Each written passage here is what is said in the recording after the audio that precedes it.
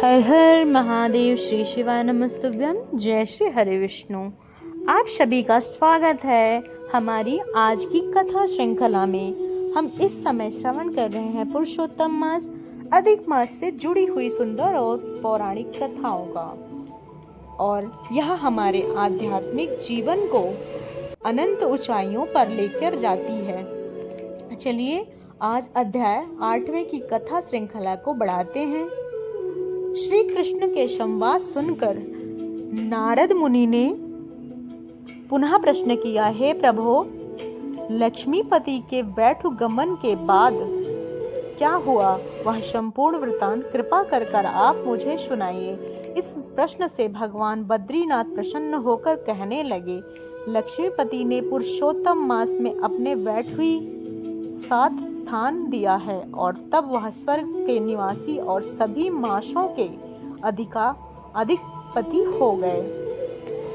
होकर आनंद से रहने लगे। भगवान विष्णु के साथ निवास करने लगा। इस प्रकार कथा का समापन करते हुए अब भगवान श्री कृष्ण ने धृतराष्ट्र युधिष्ठिर से कहा, द्रौपदी की देखने हुए कहा। उन्होंने अर्जुन से कहा, हे पार्थ, मैं जानता हूँ कि आप लोगों के वन में आकर अनेक कष्ट सहे हैं, और इसी से आपकी पुरुषोत्तम मास का ध्यान नहीं रहा। व्यास देव जी की शिक्षा प्राप्त करने के लिए युद्ध में विशारद और प्रयत्नशील अर्जुन उस लिए चला गया था। उसके वियोग से दुखी होकर आप लोगों ने भी अज्ञानता में ही इस पुरुषोत्तम मास को व्यतीत होने दिया, और यह सब भगवान भाग्यवश हुआ है। और मैं आपको दुखों से इस दूसरे का कारण इतिहास सुनाता हूँ, ध्यान पूर्वक सुनिए। भगवान श्री कृष्ण ने इस कथा को कहते हुए कहा, पांडव या द्रौपदी पूर्व जन्म में एक विद्वान ब्राह्मण की पुत्री थे। बाल्यावस्था बीत जाने पर वो युवती हुई जिसके बड़े सुंदर नेत्र थे, रूप निखर गया। वह चतुर, सद्गुणी और अत्यंत सुंदरी थी, और अपने पिता के अत्यंत प्रिय थी। पिता ने उसी अच्छी तरह से अपने पुत्र की भांति पालया वश किया था, कभी भी उसकी अपेक्षा नहीं की।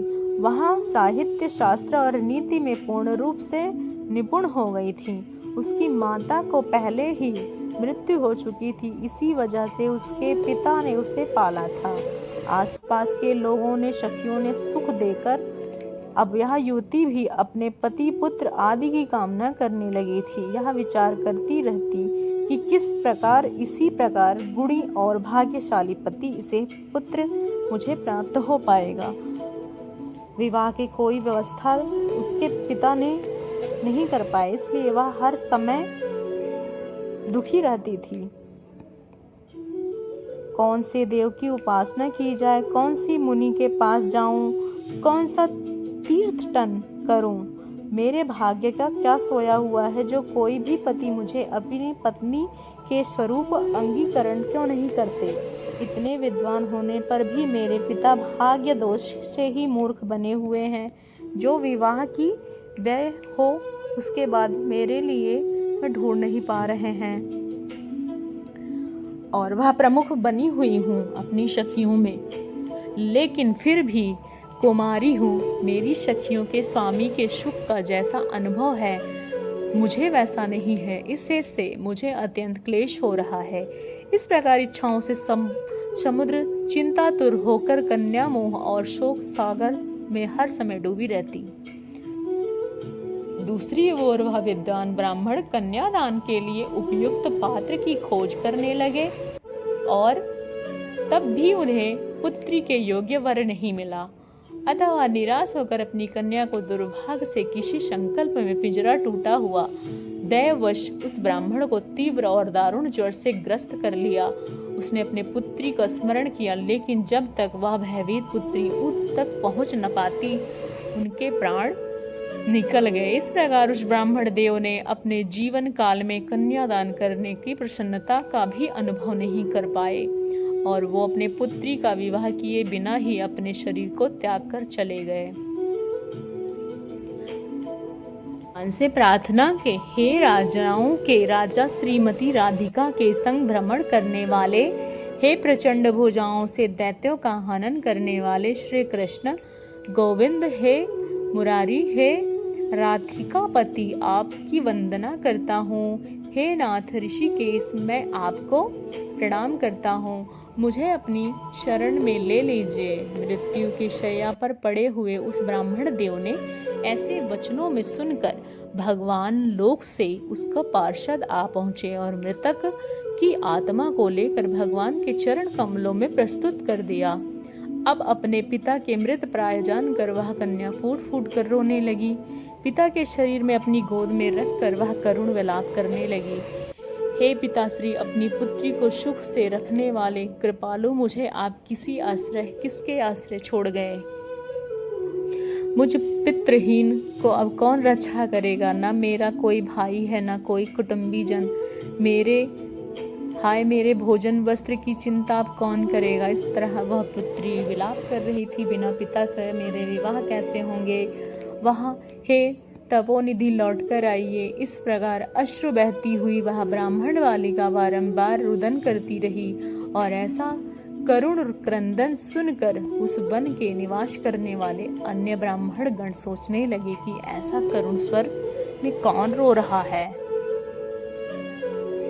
उन्हें पता चला कि वह ब्राह्मण की पुत्री है, इस प्रकार रो रही है और उसके पिता की मृत्यु हो चुकी है। इसलिए वह एकत्रित विलाप करके रो रो के बालिका के पास पहुंच गए सभी और उस बालिका की गोद में मृतक शरीर को उठाया और काष्ठ आदि की चिंता बनाकर शिवालय के निकट शमशान में उसकी अत्यंतिष्ट क्रिया और उनके पिता के दाह संस्कार कर दिया। अपने पन निवास स्थानों को लौट आए। बालिका ने पिता के सभी दैहिक विधानों में यथाशक्ति व्ययन किया और उसके वन में अपने पिता के वियोग से दुखी होकर वहीं पर रहने लगी। उसके बाद उस ब्राह्मण बालिका के जीवन में एक और परिवर्तन आने वाला था। वह क्या है, वह हम सुनेंगे अध्याय 9 में। और 9 की शुरुआत हम करते हैं। अध्याय 9 की कथा में नारद मुनि कहते हैं, उस वन में एक बार महाक्रोधी तपस्वी दुर्वासा ऋषि पहुंचे और उन्होंने उस कन्या का बखान करते हुए ढके हुए सर को देखा और कहते हैं, दुर्वासा ऋषि ने उसके तुम्हारी माता का पूजन से प्रसन्न होकर देव आवाहन शक्ति प्रदान की थी। एक समय रुक्मिणी के साथ जाते हुए मैंने उसे रथ पर बिठा लिया था। मार्ग में उन दोनों को प्यास सता रही थी। रुक्मिणी ने अपने सूखे अधरों और तालों को देखकर मुझे जल लाने के लिए कहा और जल के लिए पदघात करता हुआ आगे बढ़ा। प्रिया के प्रेम में निमग्न होकर उसने भोगवतीपुरी ले गया और रुक्मिणी ने अपने तृषा को शांत कर दिया और यह देखकर महर्षि दुर्वासा तत्क्षण क्रोधित हो गए। उनकी प्रलय अग्नि की भांति उठकर उन्होंने मुझे श्राप दे दिया। उन्होंने कहा, हे कृष्ण, तुम सदैव अपनी प्रिया के प्रेम में निमग्न रहते हो। तुमने उसके कारण मेरा तिरस्कार किया है और वह अपनी श्रेष्ठता दिखाकर इस समय जल पी रही है और इसलिए मैं तुम दोनों को श्राप देता हूँ कि तुम दोनों का वियोग हो जाएगा। वही है यह दुर्वासा मुनि, उनके तीर्थों के जल से जिनकी जटाएं भीगी रहती हैं और वह उन्हें सुशोभित करती रहती हैं। ऐसे ही महान तपस्वी महर्षि दुर्वासा ने उस ब्राह्मण बालिका को देखा और वह अपने शोक विवल मुख में ऊपर उठकर ऋषि को नमस्कार करती हुई उठ खड़ी हुई और उसके बाद उन्होंने अपने आश्रम में ले गई। अपनी कुटिया में महर्षि दुर्वासा का अर्धपाद और उसके प्रकार जंगली फलों से आतिथ्य सत्कार किया और अंत में वह बालिका विनय करती हुई महर्षि से कहने लगी, हे महाभाग अत्रि गोत्र कुल सूर्य, आपको नमस्कार। आपके आगमन से मेरे भाग्य का उदय हुआ है। आज आप मेरे सभी व्रत सफल हुए हैं, सभी फल सफल हुए हैं और मेरा जीवन सफल हुआ है।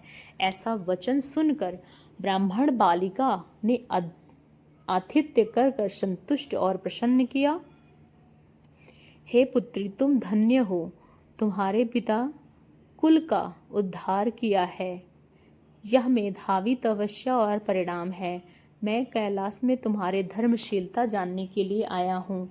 अब तुम जल्दी बद्रिका पहुँचूंगा। वहाँ पर श्री बद्री नारायण के दर्शनों की इच्छा से जा रहा हूँ। महर्षि दुर्वासा को संतुष्ट और प्रसन्न देखकर उस ब्राह्मण बालिका ने कहा, हे ऋषिराज, आपके दर्शन पाकर मेरा दुख सागर सूख गया है। भविष्य में मुझे भी अपने शुभ की संभावना दिखाई दे रही है। हे कृपालु, क्या आप इसके विषय में जानते हैं? कृपा करके इस अग्नि से मुझे बचाइए। हे तपस्वी, शीघ्र ही मुझे कोई उचित उपाय बताइए जिससे मुझे विवाह करने की इच्छा प्रकट नहीं करता। इससे तो अच्छा है शूद्रा बन जाऊं। इस भय से मैं सो नहीं पाती, भोजन की इच्छा नहीं होती। हे मुनिराज, अब तो मृत्यु के अतिरिक्त और कोई मार्ग नहीं सूझता। इतना कहकर वह ब्राह्मण बालिका चुप हो गई और दुर्वासा ऋषि सोचने लगे। फिर उन्होंने अत्यंत महत्वपूर्ण संदेश दिया, और वो क्या है वह हम सुनेंगे अध्याय 10 में, जो इसी वीडियो में आपको सुनाई देगा।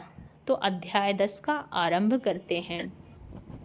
हमें आशा है कि आप सभी को पुरुषोत्तम मास में कही जाने वाली इन कथाओं का बेहद रुचिकर लग रही होंगी और आप लोग इनका श्रवण अवश्य कर रहे होंगे। और आज की यह कथा आरंभ करते हैं। और ब्राह्मण कन्या की बात सुनकर ऋषि दुर्वासा ने कहा, हे सुंदरी, अब मैं तुम्हें एक बहुत ही गुप्त और रहस्यमय बात बता रहा हूँ। ध्यान से सुनो।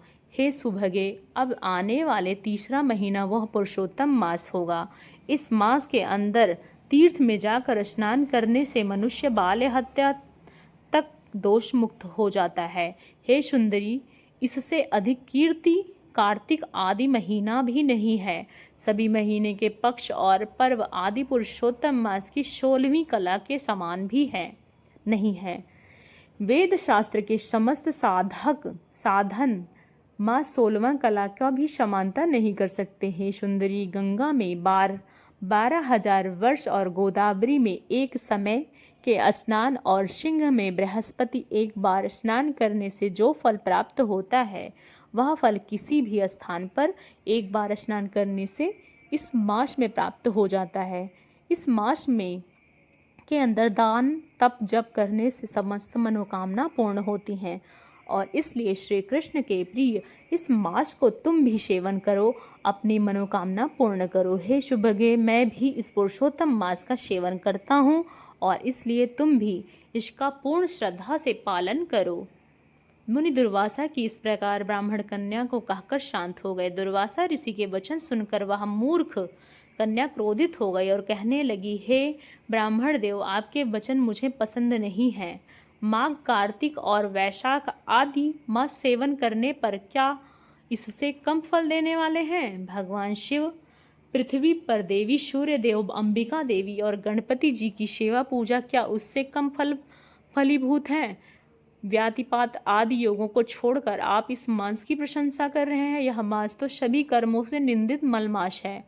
सूर्य की संक्रांति भी नहीं होती, इसमें तो श्री मास कहा जाता है, इसीलिए यह मलमास कहा जाता है। ऐसा कैसे हो सकता है? मैं जानती हूँ कि सभी दुखारी निसंदेह श्री हरि हैं, लेकिन मैं यह कैसे मान लूँ कि यह मलमास ही श्री हरि का विशिष्ट प्रिय मास है? ब्राह्मणों की पुत्री के ऐसे वचन सुनकर महर्षि दुर्वासा की आंखों में क्रोध से लाल हो गई, लेकिन वह अपने मित्र की कन्या थी, इसलिए उन्होंने इस ब्राह्मण कन्या को श्राप नहीं दिया। उसके ऊपर दया आ गई। उसने अपने हित अनहित जानने के योग्य नहीं समझा। पुरुषोत्तम मास की महिमा तो बड़े बड़े विद्वान भी नहीं समझा सकते, तो फिर मैं मूर्ख बुद्धि पुरुष और स्त्रियां क्या ही जान पाएंगे। यह बोला, पितु, हीना कुमारी दुख के कारण तप रही है, मेरा श्राप कैसे सहन कर सकेगी? इस प्रकार विचार करके वह अपने क्रोध को दूर करने के दुर्वासा मुनि ने हे बोला, तुम मेरे मित्र की पुत्री हो, इसलिए मैं तुझ पर क्रोध नहीं कर सकता हूँ। तुम जैसा चाहो वैसा करो। मैं जो तुम्हारा भविष्य कह रहा हूँ उसे अब सुनो। तुमने पुरुषोत्तम मास में जो निरादर किया है, उसका दंड इस जन्म में या फिर अगले जन्म में तुम्हें अवश्य प्राप्त होगा। मैं तो अब बद्रिका आश्रम जा रहा हूँ, लेकिन प्रार्थना करता हूँ कि तुम्हारा कल्याण हो।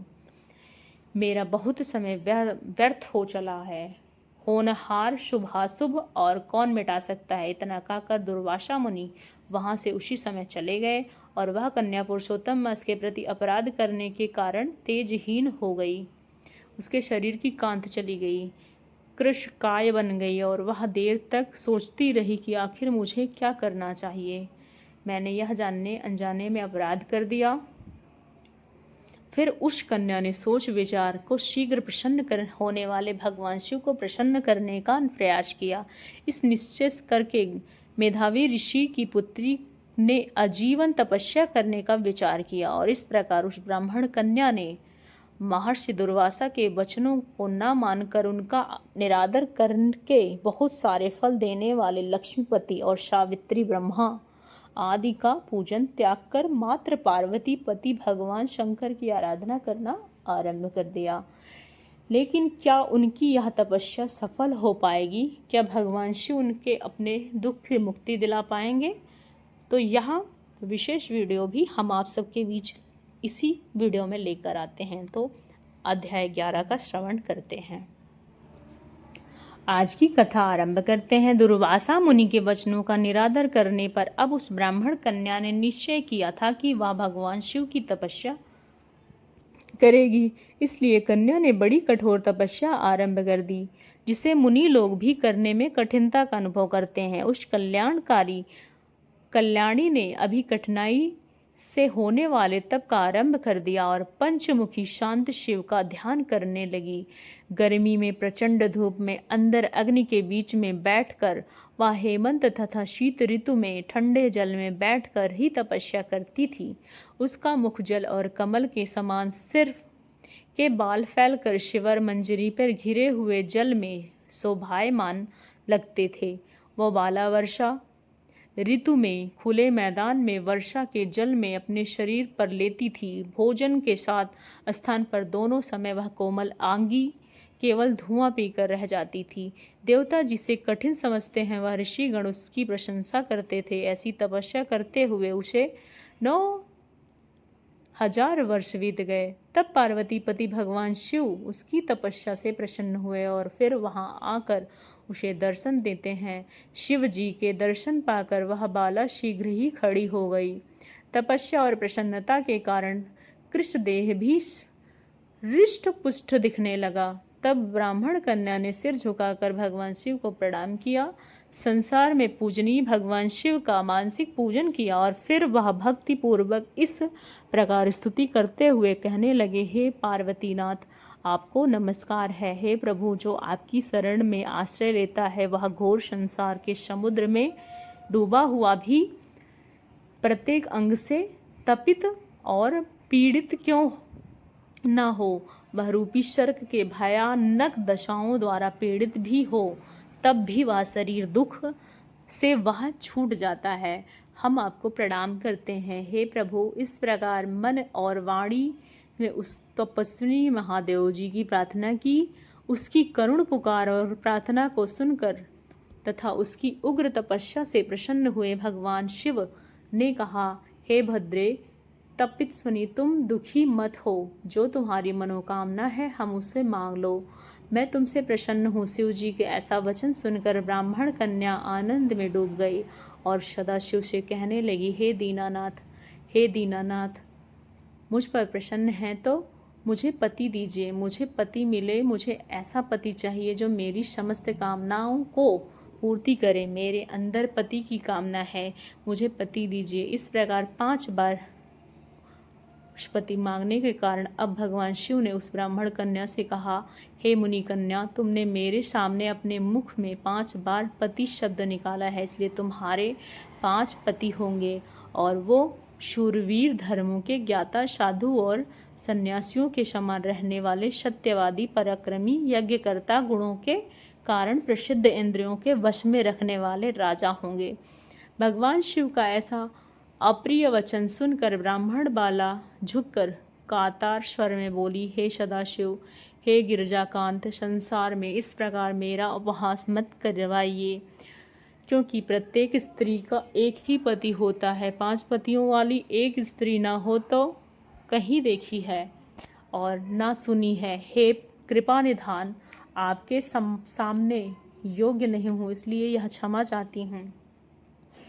हे प्रभु, आपकी शरण में हूँ, मुझे बचाइए, मेरे इस दोष का क्षमा कर दीजिए। ब्राह्मण पुत्री की बात सुनकर भगवान शंकर ने कहा, हे भीरु, तुम डरो नहीं। आगे के जन्म की तपस्या के बल से तू गर्भ द्वारा उत्पन्न नहीं होगी।